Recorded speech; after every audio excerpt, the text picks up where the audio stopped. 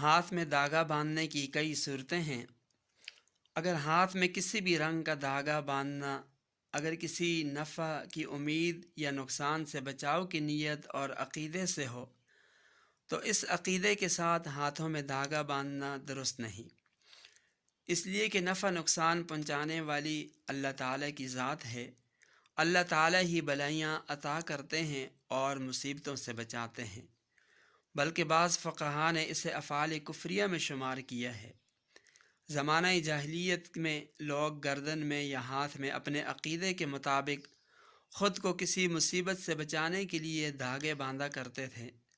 فقہا نے لکھا ہے کہ یہ ممنوع ہے، اور بعض فقہا نے اسے کفریہ کاموں میں شمار کیا ہے۔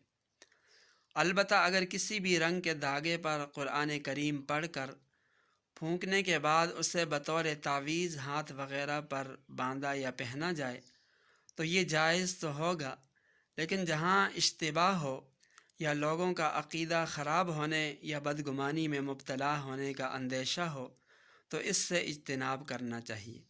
بہرحال بہتر صورت یہی ہے کہ ہاتھوں کے اندر دھاگے وغیرہ نہ باندھے جائیں۔